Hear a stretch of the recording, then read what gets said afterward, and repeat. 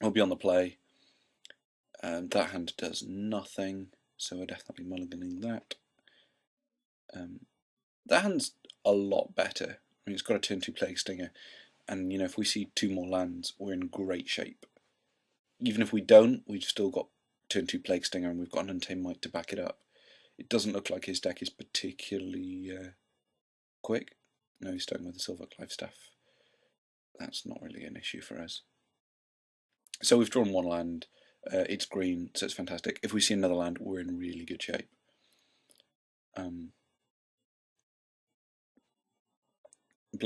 Turn 2 Plague Stinger is like one of the best things this deck can do. It's really difficult to lose because it's just such a quick clock. Goldmare's basically irrelevant. It might accelerating him to a Rusted Relic, but we're quite happy just to beat in. We're obviously not going to play the Untamed Might, so we're just going to pass the turn here. If he plays a Rusted Relic here and we draw a Forest, that's really nice for us. And it'd be pretty difficult for us to lose from that situation. Snap Skull Glider. Oh, that's a flying blocker. That's annoying. So if we draw land here, we're probably going to Instill Infection his Goldmare and make sure he can't block our Plague Stinger. Yeah, there we go. Because if he can't block our Plague Stinger, then we're probably going to win. We could run out the Tangle Angler, but this is just, I think, much better.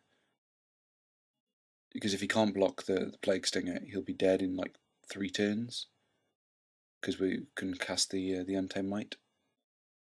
Whereas if we play Tangle Angler, we can't use as much mana for the Untamed Might. And if he gets out another guy, like with the Origin Spellbomb, he'll just be able to trade.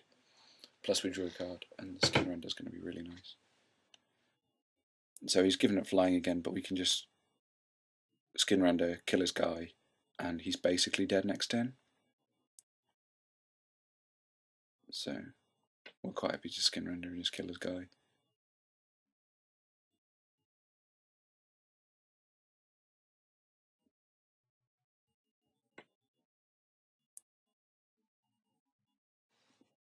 And get in for some more aerial beats.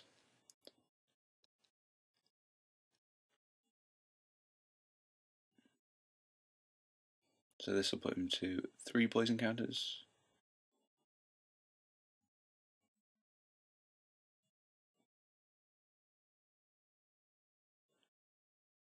And if we draw a land, we can put him to 9 poison counters next turn, which is pretty sweet. I don't see him winning this one. You'd have to have something really good. That ain't going to help, unfortunately. Nor is equipping. The life gain is irrelevant against this deck, which makes the Silver Clive Staff much less powerful. And we draw another Plague Stinger. Oh, he's dead next turn then. I mean, he needs a lot of removal spells. We're quite happy not to trade the Skin Render.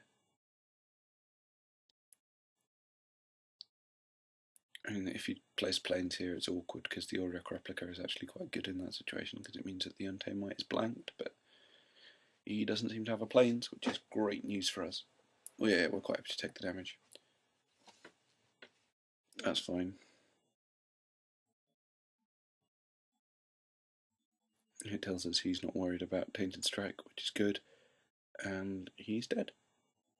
So that's all good because he's completely tapped out.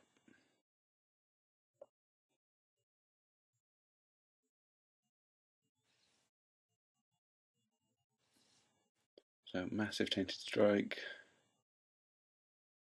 and he scoops.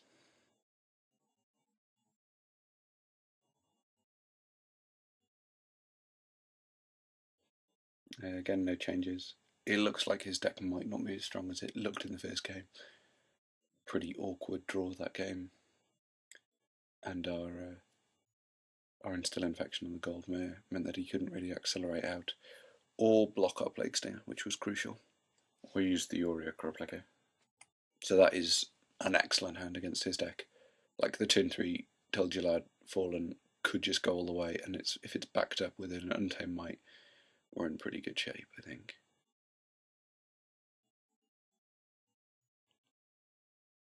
I mean, the Morik replica could just draw us cards if we need to dig ourselves out of a hole. Sun Chaser, that could be awkward.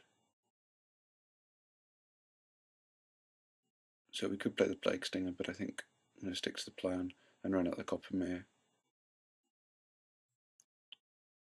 Sun Chaser could be really difficult to deal with. I mean, it's a non-artifact blocker, which we don't like. Oh, it strategizes a genuine threat. So he's likely to get Metalcraft this turn, so we really want some removal. Skin Render? Oh, Instill Infection. That kills it. Yeah, I think we're going to Instill Infection it now before he gets Metalcraft, and it's too late. So, yeah. We'll get rid of it now. We'll find to spend a turn doing that, plus we draw a card. Yeah. So. Skin Render would have been pretty sweet there as well. The Stratascythe might cause us issues if he's got another flying guy. Oh, we're quite fine with the Rusted Relic. We can just run out the Telgelad Fallen or the Plague Stinger. I think we'll run out the Telgelad Fallen here. It's going to do double duty. It'll keep its Rusted Relic from attacking, and it'll provide like a decent clock. I mean, if we attack him next turn and he doesn't have a flying blocker here, sorry, a non-artifact blocker, then he is dead the turn after, and he's digging, so it looks like he knows that he is in trouble.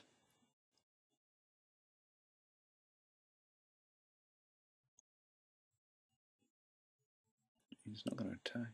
No, he won't attack. Unless he's really bad. No, he's not going to attack. Excellent.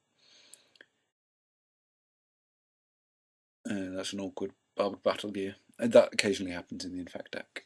It's one of the reasons why it isn't normally that great. But in our deck with 3 Tangle Anglers, a Contagious Nim, and Assist Bearer, it's actually really quite good.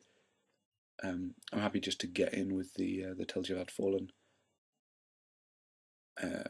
run out a guy or 2, and put him dead next turn with the Untamed Might. He's only got 2 cards in hand. Bit worried in case he's got the Dispense Justice next turn, given that we're likely to be blocking and losing guys, and he's got Metalcraft, so yeah. But you know, happens.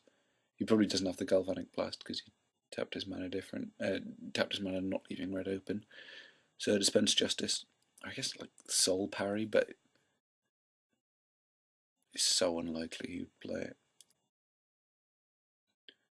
It's actually quite a good sideboard card against the Untamed Might. I've seen people siding it in, which is not the absolute worst. I mean, if it means that they swing, assuming you have the Dispense Justice, so they swing with all their guys, and you have the Soul Parry to survive, you could just get so much value off the attack back.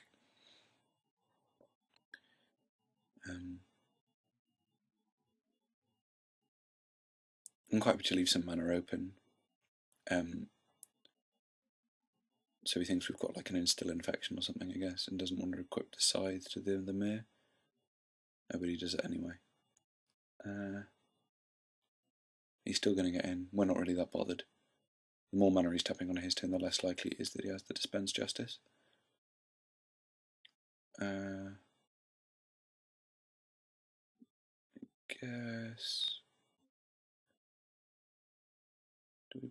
I'm not going to block. If we desperately need to block, we can block next turn, and I'd much rather him be... Okay, he's dead. I'd much rather use the mana now. But yeah, he's dead.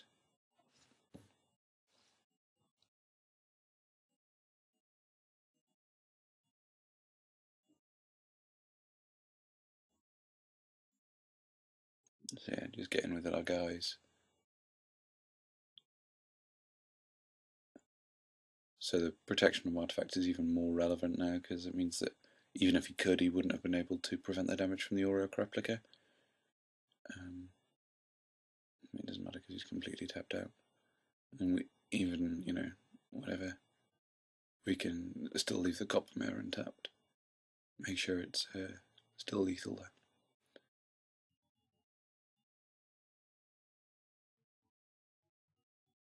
And we are on to round 2, because he's going to be dead now. Fantastic. So we're through to round 2, where hopefully we can win again.